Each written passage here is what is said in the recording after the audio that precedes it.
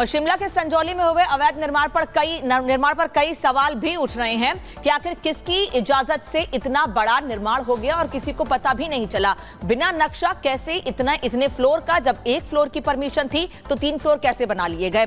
सवाल यह भी कि स्थानीय प्रशासन ने निर्माण क्यों नहीं रोका। प्रशासन की ओर से उस दौरान जब निर्माण हो रहा था कोई कदम क्यों नहीं उठाए गए।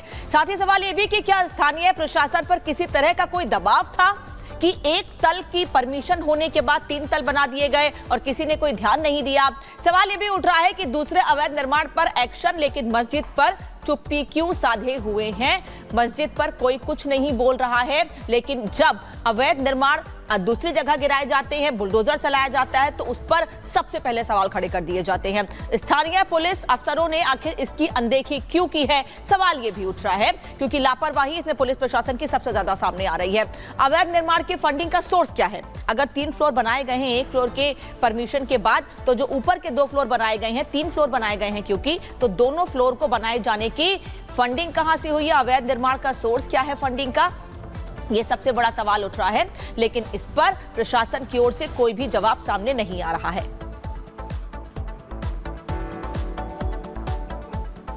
आगे बढ़ेंगे और अब बात कर लेते हैं राहुल गांधी की। भारत विरोधी बयान, सिखों का अपमान के बाद अब कांग्रेस नेता राहुल गांधी ने अमेरिका में भारत विरोधी अमेरिकी सांसद इल्हान उमर से मुलाकात की है। इल्हान उमर अमेरिका की वो सांसद हैं जिनका रुख हमेशा कश्मीर और भारत के खिलाफ ही रहता है। इल्हान जब बोलती हैं तो भारत के खिलाफ जहर उगलती है और राहुल गांधी ने इन्हीं अमेरिका सांसद से मुलाकात की है। बीजेपी ने राहुल की मुलाकात पर हमला बोला है, आपको सुनवाते हैं। सिख विरोधी, आरक्षण विरोधी बयान देने के बाद और भारत की संस्थाओं पर विदेशी धरती पर सवाल उठाने के बाद अब राहुल गांधी और कांग्रेस का हाथ भारत विरोधी तत्वों के साथ, और ये कोई पहली बार नहीं है कि एक पार्टी के विरोध में उतरते उतरते देश विरोधी ताकतों से ही मिल जाना। इल्हान उमर कौन है जिससे राहुल गांधी मिले। इसने भारत के खिलाफ यूएस कांग्रेस में रेजोल्यूशन लाने का काम किया, भारत की सॉवरेनिटी को वायलेट करते हुए पीओके विजिट किया, और वो भी पाकिस्तान स्पॉन्सर्ड ट्रिप पर। इमरान खान से मिलकर भारत में इस्लामोफोबिया के ऊपर चर्चा की। भारत ने जब 370 को ख़त्म किया तब उसके खिलाफ बोलकर भारत के जम्मू कश्मीर के पोजीशन के खिलाफ पाकिस्तान के जम्मू कश्मीर के पोजीशन को इंडोर्स करने का काम, और लगातार हिंदुओं के खिलाफ नफरत फैलाने का काम इल्हान उमर करती है। आज सवाल ये है कि ऐसी क्या मजबूरी है राहुल गांधी आपकी, ऐसी क्या सत्ता की लोलुपता लालच है कि आप देश विरोधी ऐसी ताकतों से पहले भी मिले हैं और आज भी मिलते जा रहे हैं। अब प्रियंका चतुर्वेदी, उद्धव सेना और इंडिया अलायंस के नेता को बताना चाहिए कि क्या एक पार्टी के विरोध में उतरते उतरते ऐसी ताकतों से, ऐसे लोगों से मिलना भी जायज़ है क्या। हालांकि ये कोई पहली बार नहीं है जब किसी ने भारत के विरोध में बयान दिया हो और राहुल गांधी उसके साथ खड़े हों, वो चाहे फिर देश की ताकतें हों या फिर विदेशी ताकतें। राहुल गांधी की तस्वीरें इसके पहले भी, या इन लोगों से हमदर्दी जो देश के खिलाफ जहर उगलते रहे हैं भारत के खिलाफ, इनके साथ उनकी हमदर्दी हमेशा से रही है। भारतीय जनता पार्टी के नेता ये आरोप लगाते रहे हैं और बीजेपी के नेता तो ये भी आरोप लगाते हैं कि राहुल गांधी की पार्टी के चाइना से अच्छे रिश्ते रहे हैं। वो चीन जो भारत की तरफ नजर उठाता है, जो भारत में विस्तारवादी नीति अपनाता है, उस चीन से कैसे रिश्ते हैं राहुल गांधी के या उनकी पार्टी के, ये भारतीय जनता पार्टी के नेता कहते हैं कि किसी से छिपा हुआ नहीं है। लेकिन राहुल गांधी का ये बयान कोई पहली बार सामने नहीं आया है, हम पहले भी आपको बता रहे हैं। जब भी विदेशी धरती पर राहुल गांधी होते हैं और भारत को लेकर उनसे जब भी सवाल किया जाता है तो उनकी जबान से सिर्फ वही शब्द निकलते हैं जो सवाल खड़े करते हैं कि आखिर राहुल गांधी बार बार देश विरोधी ताकतों के साथ क्यों खड़े रहते हैं। साथ ही राहुल गांधी के इस बयान के बाद अब मायावती भी उन पर हमलावर हैं, वो उन्हें आरक्षण विरोधी बता रही हैं। क्या सवाल उठ रहे हैं और कैसे राहुल गांधी अब अपने बयान के बाद घिर गए हैं, बीजेपी से लेकर बीएसपी तक कैसे हमलावर है, इस रिपोर्ट में देखिए।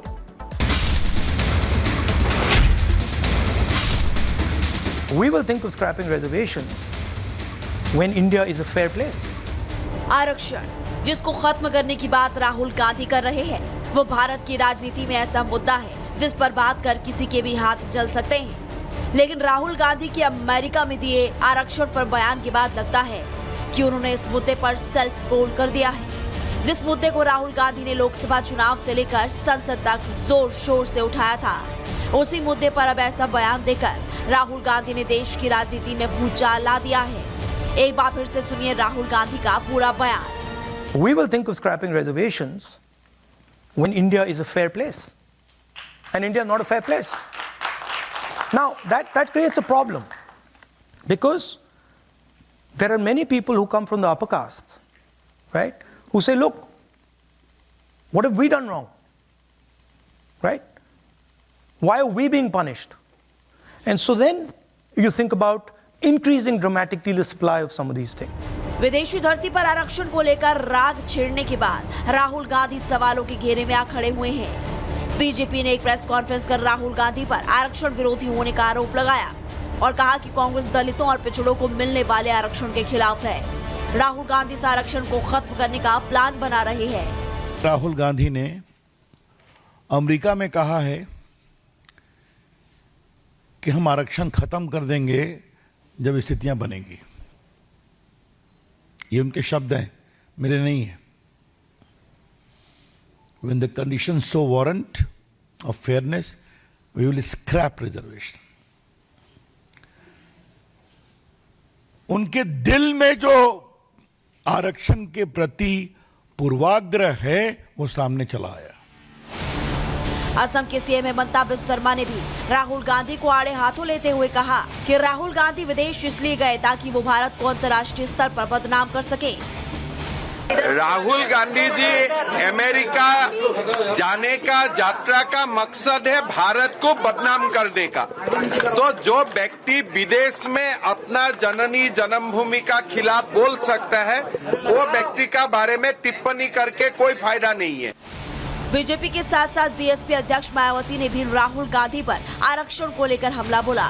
मायावती ने सोशल मीडिया एक्स पर लिखा कि कांग्रेस पार्टी के सर्वे सर्वा राहुल गांधी के इस नाटक से भी सतर्क रहे, जिसमें उन्होंने विदेश में कहा है कि भारत जब बेहतर स्थिति में होगा तो हम SC, ST, OBC का आरक्षण खत्म कर देंगे। इससे स्पष्ट है कि कांग्रेस वर्षों से इनके आरक्षण को खत्म करने के षड्यंत्र में लगी है।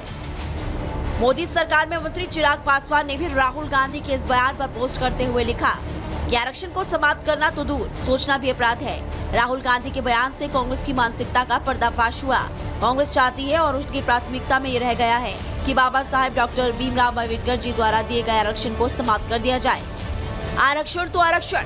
कांग्रेस नेता राहुल गांधी की अमेरिका में सिखों को लेकर भी दी गई टिप्पणी पर विवाद लगातार बढ़ता जा रहा है, जिसके बाद बीजेपी के सिख नेता राहुल गांधी को सिखों पर उनके बयान को लेकर अदालत में घसीटने की धमकी तक दे रहे हैं। लेकिन अब प्रतिबंधित खालिस्तानी आतंकी समूह सिख फॉर जस्टिस राहुल गांधी के समर्थन में उतर आया है और राहुल गांधी के बयान का समर्थन कर रहा है। प्रतिबंधित खालिस्तानी आतंकवादी संगठन ने दावा किया कि वाशिंगटन डीसी में राहुल गांधी के कार्यक्रम में कई खालिस्तानी समर्थक शामिल थे। मतलब साफ है कि अमेरिका पहुंचे राहुल गांधी ने कांग्रेस के लिए मुसीबतें खड़ा कर दी है। Bureau report, Republic Bharat.